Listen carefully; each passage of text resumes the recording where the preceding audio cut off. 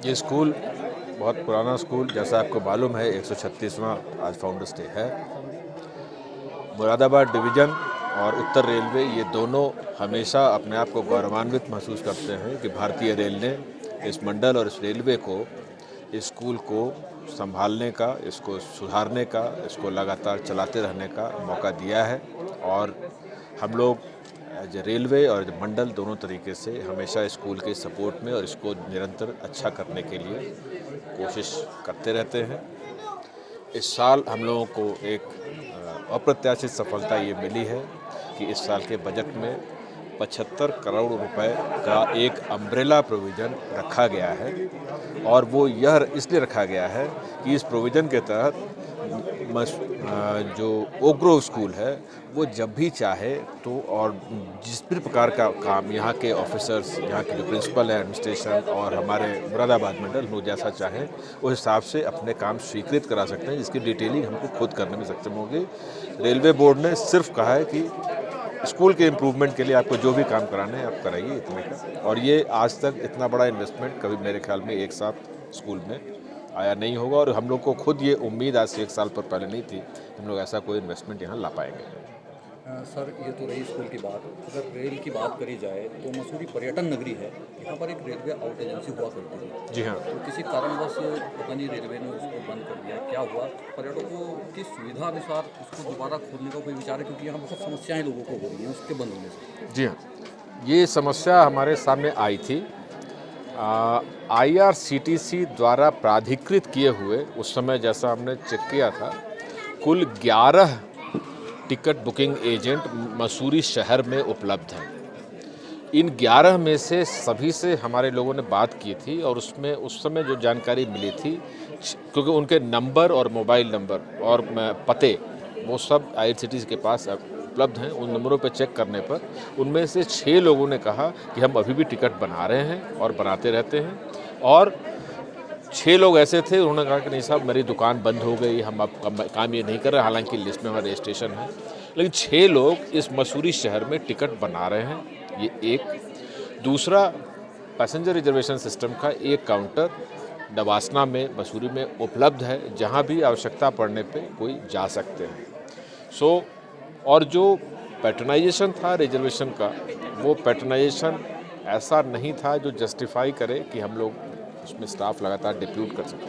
तो जहाँ तक सुविधा की बात है टिकट कटाने के लिए, अभी भी मसूरी में 6 लोग तो पब्लिक में लाइब्रेरी चौक और बिल्कुल प्रोमिनेंट इलाके जो माल रोड के आसपास के हैं उन समूह जगहों पे तो अपने अपने दुकानें उपलब्ध हैं, जिनके बारे में जानकारी IRCTC की वेबसाइट पे पारदर्शी तरीके से उपलब्ध भी है। और मुझे याद पड़ता है कि जिस समय ये बंद होने का मामला हुआ था, जो प्राधिकृत एजेंट काम कर रहे हैं उनके नाम पतों की लिस्ट हमने उस बिल्डिंग के बाहर भी चिपकवाई थी कि अगर कोई वहाँ पहुँचे तो उसको ये पता चल सके कहाँ टिकट मिल सकते हैं। सर, अभी 29 तारीख को ही दिल्ली से नई रेल देहरादून के लिए शुरू हुई है, वंदे भारत। मसूरी, विकास नगर और आसपास के स्टेशन के लोगों की मांग है कि जब ये ट्रेन देहरादून 10:30 बजे पहुंचती है रात को, तो उनको वहां से कोई अपने स्टेशन जाने के लिए कोई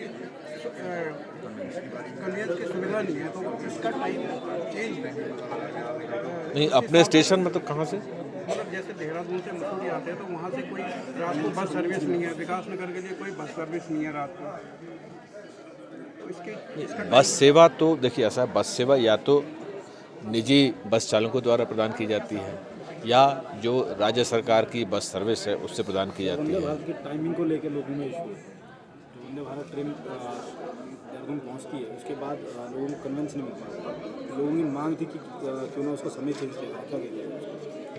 देखिए, जो प्रीमियम सर्विस आपके शहर की है वो 1 शताब्दी है और ये दूसरी प्रीमियम सर्विस शुरू की गई है। जैसा आपको पता है, शताब्दी दिल्ली से सुबह चलती है और शाम को यहाँ आती है।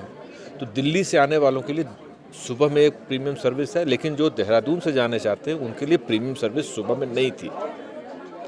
सिमिलरली जो लोग शाम को दिल्ली से चलना चाहते हैं उनके लिए दिल्ली से सर्विस नहीं थी, और जो शाम को देहरादून से चलना था ना उनके लिए सर्विस थी। तो यह तो बात साफ है कि एक ही टाइम में 2 सर्विस आप सिमिलर तरीके की नहीं चला सकते। तो इसलिए समय तो ऐसा ही रखना था। दूसरा, ये जो अभी 22/5 का मेरे ख्याल में जो टाइम बना है, ये समय भी रेलवे इसके लिए प्रयासरत है कि जल्दी से जल्दी इसका समय कम करके और करीब आधा घंटा 45 मिनट पहले इसको पहुंचाने की कोशिश की जाए। उसके लिए ट्रैक में बहुत सारे काम होने हैं जिनको आइडेंटिफाई कर लिया गया और उसकी तैयारी ज़ोर शोर से चल रही है, और मुझे उम्मीद है कि अगले 6 महीने में हम लोग इसकी समय को और आधा घंटा 45 मिनट पीछे कर पाएंगे, जिससे आपकी जो रात में कन्वेंस न मिलने की समस्या है वो भी काफ़ी हद तक सुलझेगी। चार धाम कनेक्टिविटी जो लागू होने वाली, कब तक लागू हो जाएगी, क्या अपडेट है सर उसमें? ऋषिकेश कर्णप्रयाग के जितने भी टनल्स हैं उन सभी पे एक साथ काम चल रहा है, सभी स्टेशनों पे काम चल रहा है, और जो इनिशियल लक्ष्य था दिसंबर 2024 का, वो अभी तक उस पर कोशिश हो रही है। हालांकि